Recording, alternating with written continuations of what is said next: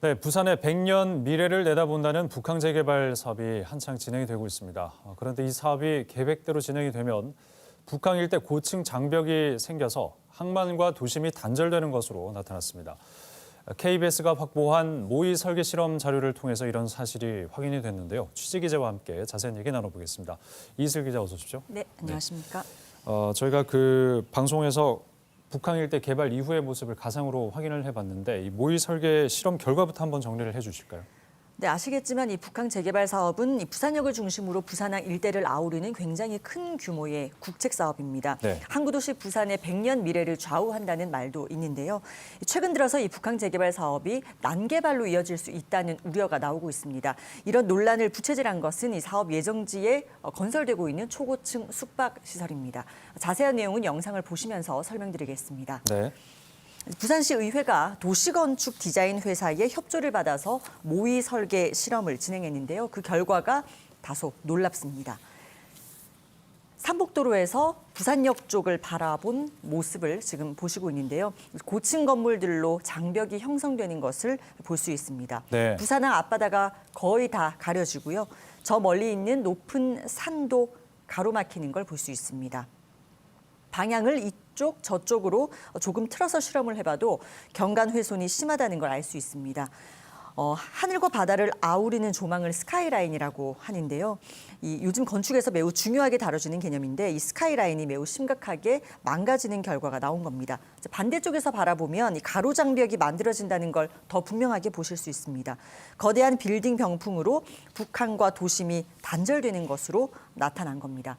이런 결과를 두고 전문가들은 더 늦기 전에 지금이라도 북항 1단계 이 재개발 사업에 대해서 과감하게 손질을 하지 않으면 이 북항 재개발 사업의 원래 취지, 그러니까 도심과 항만을 연결한다는 그 당초 목적을 달성할 수 없을 것이다 이렇게 지적을 네. 하고 있는 겁니다.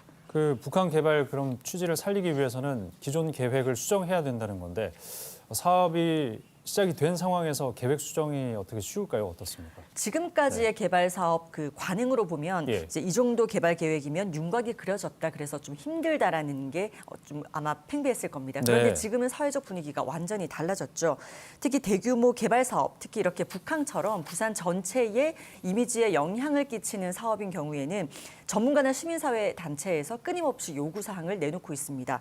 이런 변화의 저변에는 이 조망권이라든가 또 자연 경관 이런 개념이 이제 부산 시민 모두의 것이다라는 공공성에 대한 인식이 좀 달라진 점이 작용을 하고 있는 것 같습니다. 네. 그리고 말씀하신 것처럼 이런 계획을 수정하는 게 불가능한 것도 아닙니다.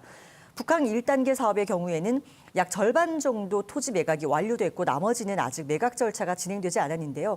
매각이 됐든 아니든 간에 지구 단위 계획 수정을 통해서 건축물의 높이나 방향을 재조정하는 작업은 가능합니다.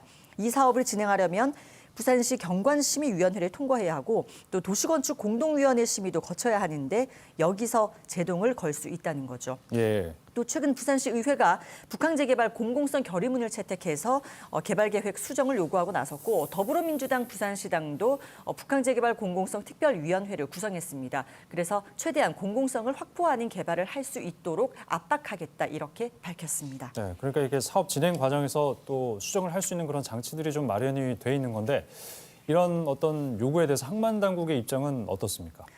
표면적으로야 그렇게 불편하다는 그 기색은 보이지 않지만 내심 이렇게까지 계획을 만들었는데 이제 와서 어떻게 하라는 거냐 이런 생각이 없지 않을 겁니다. 네. 하지만 부산항만공사나 해양수산부나 다 공공기관 아닙니까? 때문에 시민들의 여론을 완전히 무시할 수는 없죠.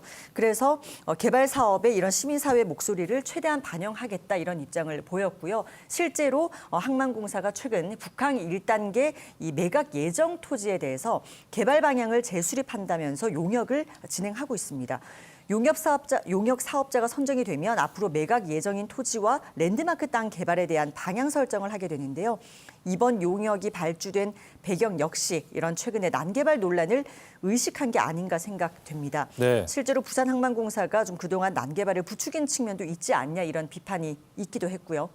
이와 관련해서 문성혁 해양수산부 장관도 오늘 국정감사에서 이런 관련된 발언을 했습니다. 문 장관은 최근 문제가 되고 있는 북한 1단계 생활 숙박시설 구역에 초고층 주거지가 전락되지 않도록 최대한 주거시설의 비중을 낮추도록 해서 그 공공성을 확보할 수 있도록 하겠다라고 공식적으로 밝혔습니다. 네, 뭐 경관상도 좋지 않고요. 그리고 개발 취지에도 맞지 않는 기존 계획 수정이 좀 될 필요가 있을 것 같아 보입니다. 이슬 기자 수고 많으셨습니다. 네.